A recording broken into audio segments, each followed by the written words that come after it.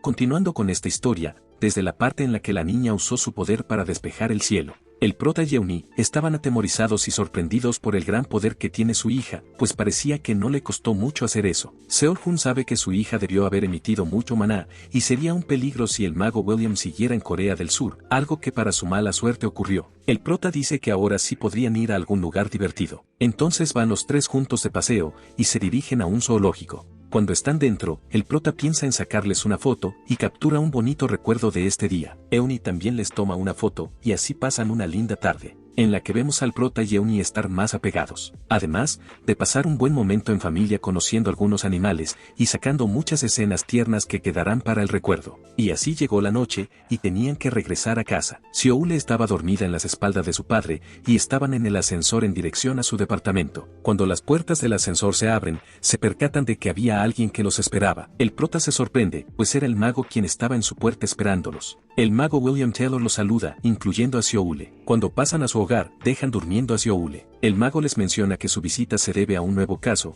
un cambio extremo que ocurrió por la zona, ya que presenció cómo las nubes de lluvia se partieron y el sol comenzó a brillar. Aquí, piensa en que el maná puede ser escondido, ya que para un mago de primera clase es algo simple de hacer. Entonces se saca los guantes, pues piensa en que si logra tocarla podrá ver directamente el poder que esconde la niña. Les menciona que es probable que alguien haya usado magia. Dice que al igual que en el caso anterior, una gran cantidad de maná fue detectada, y que tanto Seol-Hun como Eunhee se encontraban en el centro de los sucesos. El prota le dice que puede que tenga que ver con las fracturas, pues recuerda aquellos casos en los que apareció un jefe de mazmorra. El mago menciona que sería muy extraño que tengan que ver las fracturas, pues sucedieron hace meses. El mago siente que no está llegando a nada, pues no nota ningún tipo de tensión en la cara del prota, y lo ve muy calmado. Entonces, decide cambiar de tema y habla sobre lo ocurrido en la casa de la espada Goryo. Seol-Hun le dice que ya había hablado de ello, pero el mago le dice que hubo algo que no le dijeron. Menciona que escuchó que llevaron a su hija aquella vez, y en esta parte, vemos a Eunhee muy tensa por la conversación. El mago menciona que en cada fractura, la niña también estuvo presente. William dice que estaba preocupado,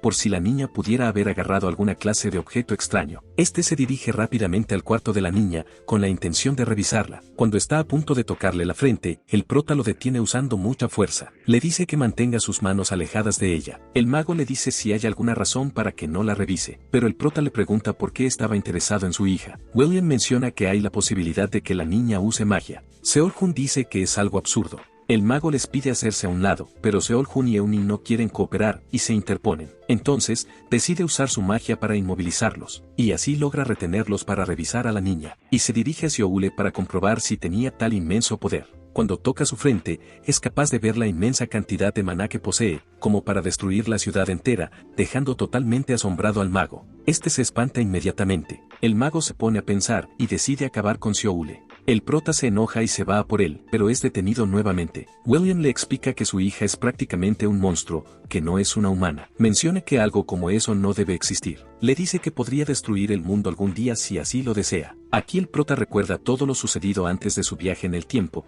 cuando su hija era considerada una bruja, una amenaza para la humanidad, pues dejó en escombros la ciudad y todos, incluyendo a los cazadores, estaban en su contra. Seol-Hun le dice que solo tiene que criarla bien para que no ocurra eso. Le dice que no es un monstruo, que es su hija. El mago le dice que deje de resistirse o acabará con ella. El prota se rinde y el mago le dice que le pase aquel teléfono, pues piensa llevarse a la niña a la torre mágica, ya que cree que podría contribuir con el avance de la magia. Le dice que promete tratarla como humana, pero Seol-Hun sabía que mentía completamente por lo sucedido antes de su regresión. Para su suerte, Eunhee estaba escondida planeando algo. Mientras conversa con el prota, aparece por detrás Eunhee con una sartén usando su maná, y le da un golpe en la cabeza, pero no logra tumbarlo. Así gana algo de tiempo para agarrar a su hija y llevársela, y el mago intenta detenerla, pero el prota lo impide. De esta manera, gana tiempo para que escapen. El mago se levanta y golpea al prota contra el techo. Seol-Hun estaba sometido, y mientras está en el suelo lo patea rápidamente, tirándolo lejos. William usa su magia abiertamente,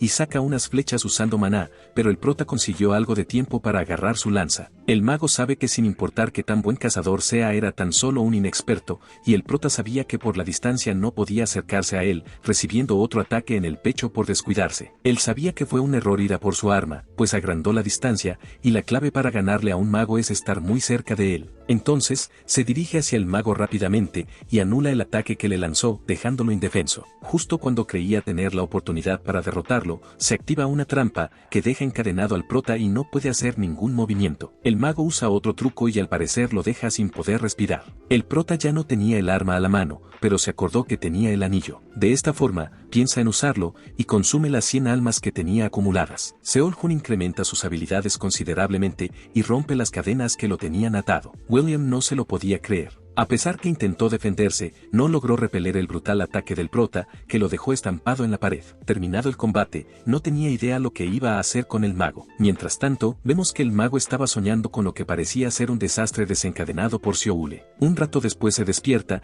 y aparece en medio de los escombros. El prota le pregunta si estaba bien, y lo levantó. El mago parecía no recordar nada, ni el lugar en el que se encontraba, y dijo que le dolía la cabeza. Esto se debe a que el elixir que le dio ha tomado efecto. Hace unas 10 horas, el prota estaba pensando en qué debería hacer con el mago mientras estaba inconsciente, pues el mago no tenía pensado negociar, solo quería a Sioule. Si no hacía algo, sabía que la información sobre Sioule llegaría hasta la torre mágica, y todo se saldría de control si los magos estuvieran en búsqueda de su hija. Entonces cree que la mejor opción sería acabar con el mago en ese instante, pensaba luego dejarlo tirado en una mazmorra para no levantar sospecha alguna. Pero sabe que es algo muy extremo, pues William es muy famoso, y lo que sucedió se descubriría tarde o temprano.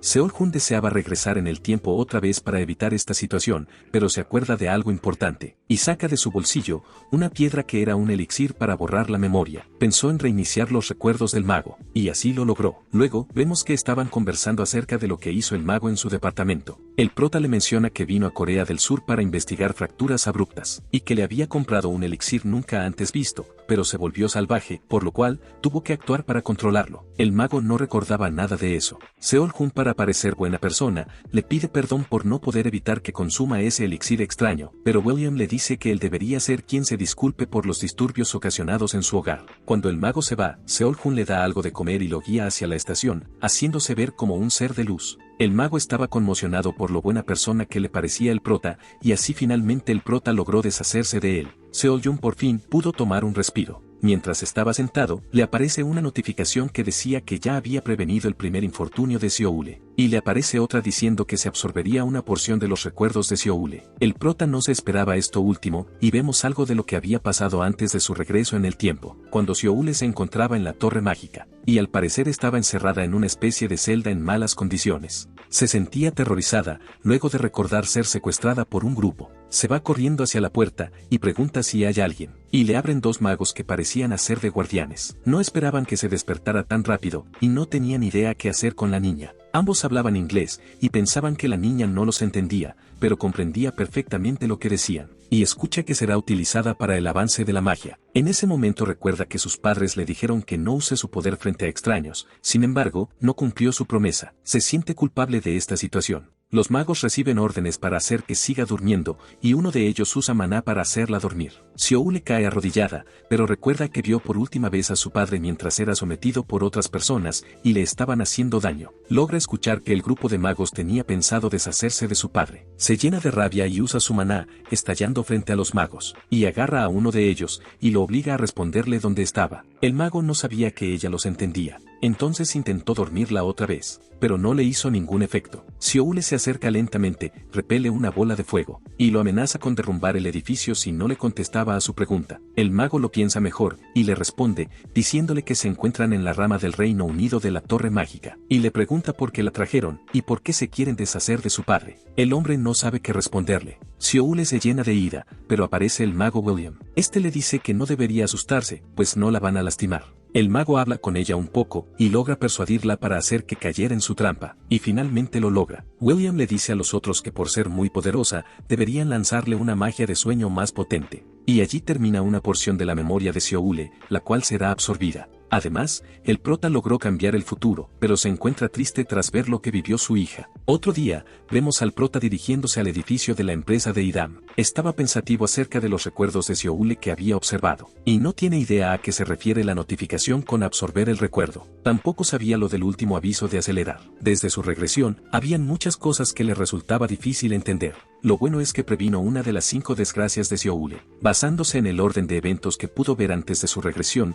probablemente la próxima desgracia sea el fallecimiento de Euni. Si no previene el próximo infortunio, perderá a Euni como pasó antes. Y sabe que debe volverse más fuerte durante ese tiempo. Luego llega a la oficina de Idam, quien deseaba hablar con él acerca de asuntos de trabajo. Le quería preguntar por qué no hace un gremio con su apoyo. Seol-Hun se sorprendió, pues le daría muchos beneficios, como ser pagado y tener mazmorras sin limpiar. El prota no podía creérselo y pensó que había algo más de por medio. Y eso era que Idam quería entrar a un gremio. Le explica que su padre le prohibió unirse a un gremio después de ser asaltada aquella vez. Entonces, necesita un gremio que le permita actuar oficialmente como cazadora. El prota siente miedo, pues su padre es el director de la gran empresa Yajak. No desea hacerse enemigo de alguien tan poderoso, pero Idam dice que no tendrá ningún daño por ese lado. Idam dice que contrataría a un administrador para el gremio y el prota no haría prácticamente nada. Solo sería el líder de un gremio maniquí. El problema es que a Idam le será imposible reunir gente para su gremio. Por lo tanto, esa tarea la tomaría el prota. En total serían 3 cazadores más que deben reclutar, por lo cual, acepta. Debido a que tenía 3 personas en mente,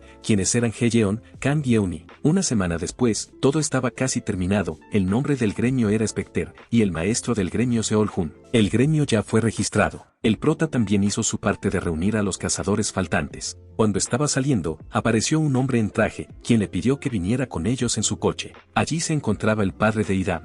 El señor se enteró que estableció un gremio, y el prota lo afirma, pues ya no había nada que esconder. Entonces, el señor le pidió que remueva el nombre de Idam del directorio del gremio, pero el prota le dice que no puede hacer eso. El señor le dice que no se lo pedirá gratis, a cambio, hará que su gran empresa Yajak patrocine su gremio. Esta oferta era muy buena, y el señor le dice que confía en él, pues Seol-Hun fue quien salvó a su hija. El prota estaba sorprendido por esa tentadora oferta, pues Idam no se puede comparar con toda una empresa. Sabe que si lo patrocinan, alcanzaría fácilmente el éxito. Se veía un poco indeciso, pero le dice que aprecia su oferta. Sin embargo, se tendrá que rehusar, pues sabía que solamente quería prevenir que Idam sea una cazadora. Le dice que es mejor ganarse su confianza, ya que le beneficiará a largo plazo. El presidente le dice si pensó en los problemas que podría tener por no aliarse con él. Seol-Hun le menciona que Idam le prometió que eso no sucederá. El prota tenía mucha confianza en ella, pues sabe el tipo de persona que es. El señor le dice que le permitirá que Idam se una a su gremio, pero tenía una condición. Y era que haga su trabajo en serio. Acá vemos que le estaba contando lo que pasó a Idam. Estaba mostrándose muy cooperativo con ella, pues necesitaba un favor y era contactar con una persona. Por otro lado, en Atenas, Grecia, vemos la aparición de una fractura en medio de la ciudad, y aparecen varias gárgolas que empezaron a atemorizar a las personas. Entonces, los cazadores actúan de inmediato para proteger a los civiles. Mientras combatían contra los monstruos, un niño se mostraba asombrado, ya que nunca había visto un monstruo real, y se despega de su madre para acercarse a uno. La gárgola va directo a por el niño, y cuando éste está por ser atacado, aparece una cazadora del cielo, quien saca su espada y parte a todos los monstruos que se encontraban por su paso, partiendo al que estaba por agarrar al niño, generando una gran explosión y protegiendo así al niño. La gente de alrededor estaba asombrada por esta persona que se encargó de todas las gárgolas. Al parecer, era alguien muy conocida y la consideraban el orgullo de Atenas. Y vemos al cazador sacándose el casco, su nombre era Sofía Lambidó.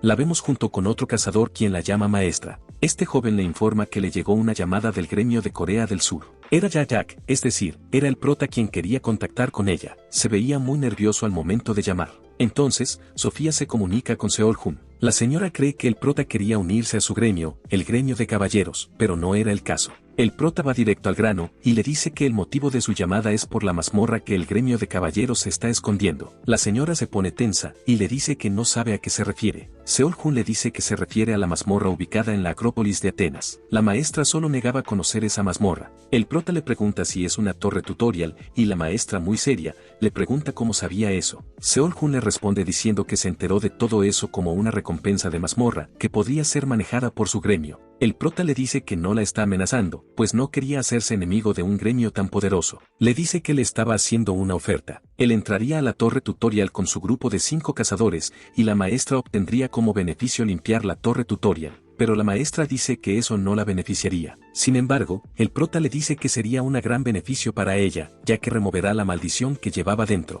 una maldición que le fue puesta en el piso final de la torre. Seol-Jun sabe que les es imposible volver a entrar a esa torre, y la dificultad del jefe es irrazonablemente alta. Ese es el motivo por el que el gremio de Sofía no ha podido limpiarlo hasta ahora. La mazmorra era un reto imposible para ella y sus cazadores, especialmente, el jefe del piso final era el que más los aterraba. El prota sabe que ella no podía solicitar ayuda del mundo, debido a que una característica especial está oculta dentro de la torre tutorial. También, sabe que la guerra se desatará cuando esa característica sea expuesta. Sofía debía aceptar su oferta. Entonces, esta acepta y le pide hablar cara a cara. Más tarde, vemos al prota comprar boletos para viajar a Grecia, y quería que sus compañeros lo acompañen en el viaje. Luego, vemos a Hiram muy sorprendida por la invitación que les hizo Sofía. Entonces, el prota les habla acerca del gremio de Sofía, el gremio caballeros. Este no es un gremio muy grande, pero su poder es suficientemente significante para tener una relación íntima con el gobierno de Grecia. Por ello, plantea la pregunta de por qué el gremio de caballeros tiene a tantos cazadores excepcionales. Pues, normalmente, los cazadores fuertes están destinados a estar en los buenos gremios, pero los cazadores que se unen a los caballeros crecen a una velocidad increíble. Y no tiene mucho que ver el entrenamiento arduo hasta agotarse, como lo hacen en la Casa de la Espada Goryeo. La razón de su gran poder es una mazmorra. El gremio de los caballeros está escondiendo una mazmorra en Atenas, y esta tiene un rasgo oculto, el cual es que da experiencia a quienes entren en la mazmorra. Por eso, los miembros del gremio caballero se vuelven fuertes tan solo por entrar y salir de la mazmorra. Lo mismo aplica para la maestra Sofía Lambidó. Esto deja sorprendidos a todos. Esta información, en realidad, el prota la conocía antes de su viaje en el tiempo. Sin embargo, sabe que debe volverse más fuerte, pues, tiene que evitar el segundo infortunio, la pérdida de Eunnie, y no es algo que se pueda prevenir con solo suerte como el caso de William. Puede que no pueda él solo, y por eso requerirá de la ayuda de sus compañeros si es necesario. Entonces, todos le dicen que podrán ir con él de viaje, y claramente, les convenía mucho ir para hacerse más fuertes. Tiempo después, en el aeropuerto internacional de Grecia, vemos al prota con sus compañeros arribar. Y en esta parte Kang se da cuenta que Heyeon es nieta del Santo de la Espada. A pesar de eso, no pertenecía al gremio de su abuelo, pues el maestro dice que tiene que aprender a volar por su cuenta. Luego, le dijo que fuera una cazadora solitaria, o que se uniera a otro gremio. Después, observan a un cazador del gremio caballeros. Era un cazador muy famoso llamado Alexis Sorba, servidor de Sofía y su más fiel cazador, su mano derecha. Los estaba esperando, con un cartel que tiene el nombre del gremio Specter, gremio del prota. Seol-Jun se presenta como el maestro del gremio Specter, y Alexis sentía que no era la gran cosa. Entonces, van en auto al gremio, y mientras están allí el prota se pregunta si Sioule estará bien. Aquí vemos a Sioule con su abuelo comiendo un helado, y el señor se da cuenta que la niña estaba con bajos ánimos. Luego, la vemos acariciar a un gato callejero, y el abuelo le dice que va a un mini super cerca a comprar, dejando sola a la niña con el gato, y de repente, Sioule podía entender al gato. Le dijo que no le toque la cola porque es sensible. Mientras tanto, vemos al prota con sus compañeros llegar a la casa del gremio caballeros. Por dentro era todo un gran palacio, y Alexis les dice que tienen preparados cuartos para todos los invitados. Y le dice al prota que venga con él, pues la maestra quería hablar con él. Esto ha sido todo hasta esta quinta parte. Si les ha gustado dejen un like y suscríbanse. Gracias y hasta pronto.